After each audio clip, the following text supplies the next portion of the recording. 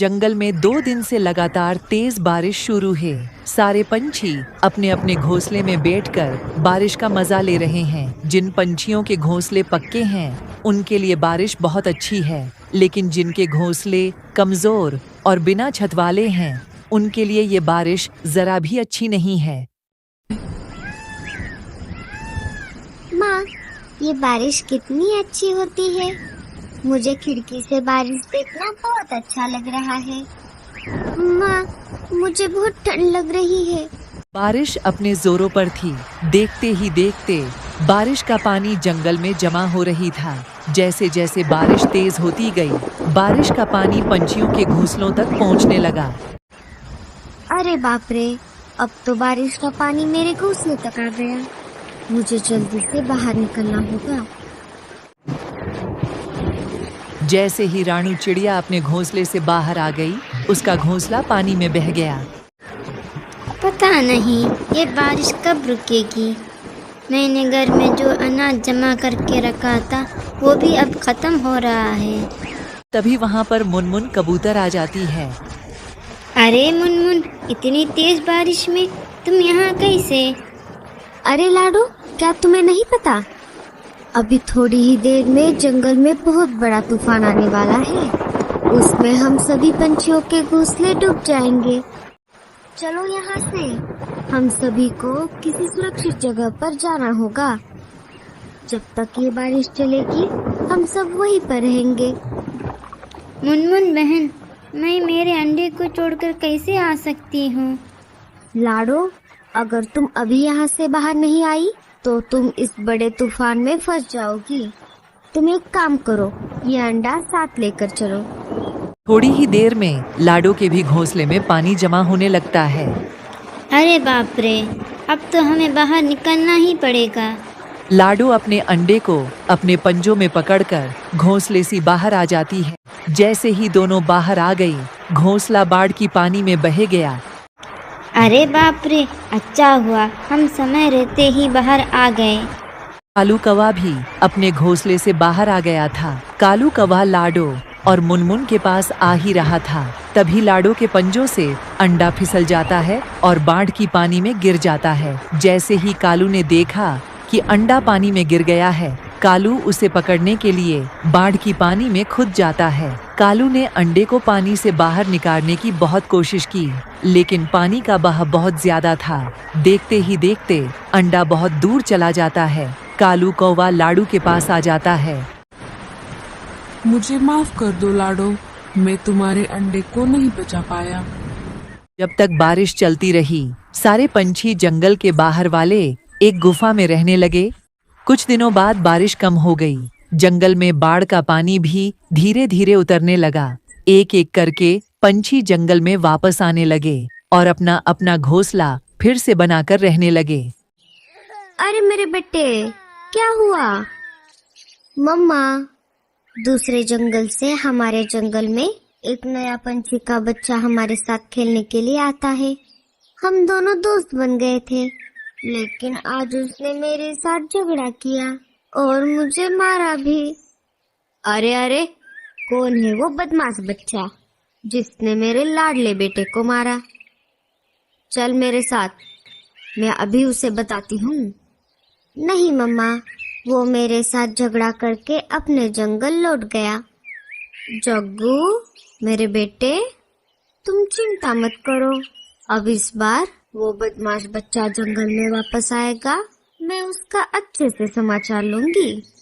दूसरे दिन वो बच्चा फिर से जंगल में वापस आ जाता है। आज वो जग्गू के बजाय टुन्ना के साथ खेल रहा था। तभी वहाँ पर गोरी और जग्गू आ जाते हैं।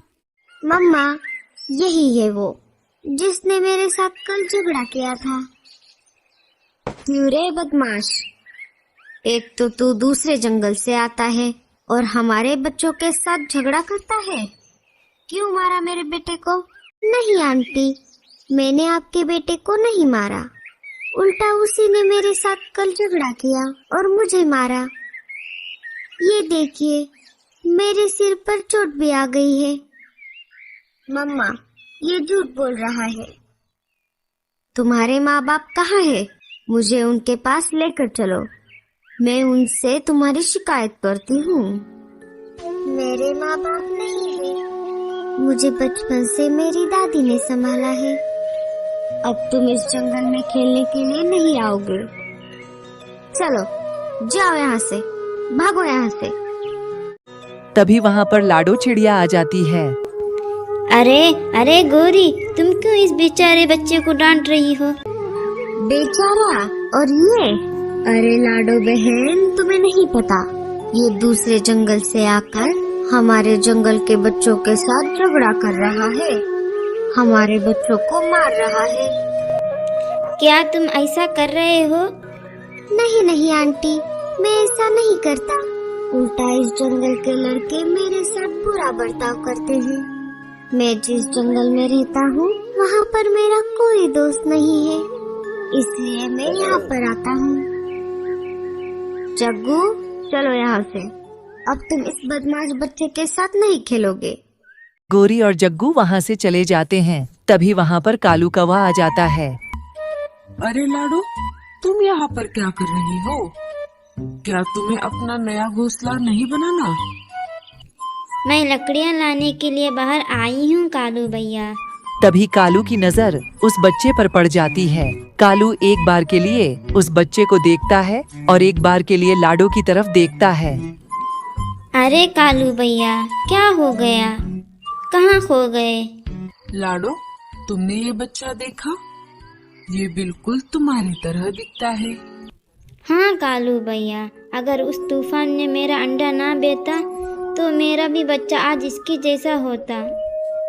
दोनों बात कर ही रहे थे, तभी पेड़ की एक डाली टूटकर उस बच्चे के ऊपर गिरने ही वाली होती है। तभी लाडो उस बच्चे को वहाँ से हटाकर खुद उस डाली के नीचे आ जाती है।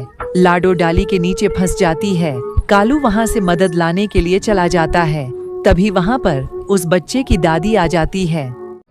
अरे टीलू, तुम कहाँ थे इतनी देर से? मैंने तुम्हें कहाँ नहीं ढूंढा। चलो अब घर चलो। दादी, वो सब छोड़ो, पहले इन आंटी को इस डाली से बाहर निकालो, वो इसके नीचे फंस गई है। दादी लाडो के ऊपर से वो डाली हटा देती है। अरे चिड़िया, तुम इस डाली के नीचे कैसे फंस गई? दादी, ये डाली मुझ पे गिरने वाली थी, लेकिन मुझे बचाने के चक्कर में ये डाली इन्होंने अपने ऊपर ली। तुम्हारा बहुत बहुत शुक्रिया चिड़िया, तुम्हारी वजह से आज मेरे टीलू की जान बच गई। कोई बात नहीं, ये तो मेरा फर्ज था।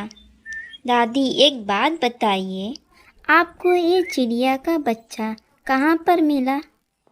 अभी कुछ महीने पहले जब तेज बारिश हुई थी, उसके साथ साथ तूफान भी आया था। इस जंगल में जो नदी बहती है, वो नदी मैं जहाँ पर रहती हूँ वहाँ से भी गुजरती है। मैं उसी नदी के पास एक कुटिया में रहती हूँ। एक दिन मैं पानी लाने के लिए नदी की तरफ गई थी, तब एक अंडा मुझे उस नदी में बहता हुआ दिखाई दिया। मैं वो अंडा मेरे साथ घर लेकर आई। ये बच्चा उसी अंडे से बाहर निकला था, तब से मैं उसे पाल रही हूँ। लाडो, क्या तुम भी वही सोच रही हो जो मैं सोच रहा हूँ? हाँ हाँ कालू भैया। कालू सारी बातें दादी को बता देता है। ये तो बहुत अच्छा हुआ, मुझे बहुत चिंता थी। मैं इस बच्चे को पूरी जिंदगी अकेले कैसे पालूंगी, क्योंकि ये एक चिड़िया का बच्चा है और मैं तो एक इंसान हूँ। दादी, आपका बहुत बहुत शुक्रिया। आपकी वजह से मुझे मेरा खोया हुआ बेटा वापस मिल गया। टीलो भी अपने माँ से मिलकर बहुत खुश हुआ था। देखा तुमने लाडो, ऊपर वाले के घर देर है लेकिन अंधेर नहीं। लेकिन लाडो, अब तुम अपना घोंसला कैसे बनाओगी? तुम तो घायल हो गई हो।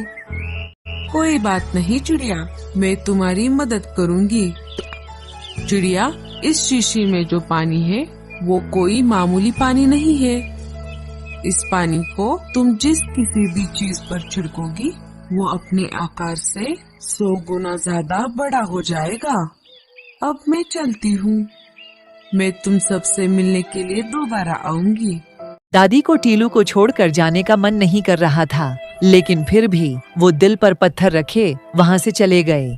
लाडो उस पानी को पास वाले एक पेड़ पर लगे एक सेब पर छिड़कती है। थोड़ी ही देर में वो सेब अपने आकार से 100 गुना बड़ा हो जाता है। गूंगा मौसी उस सेब को पूरा अंदर से खा जाती है और लाडो के लिए एक अच्छा सा घर बना देती है। लाडो और टीलू उस सेब के घर में खुशी खुशी अपनी जिंदगी बिताने लगते हैं। दोस्तों, कैसी लगी आपको ये कहानी? हमें कमेंट में ज़रूर बताएं और स्टोरी अच्छी लगी तो लाइक शेयर ज़रूर कर देना।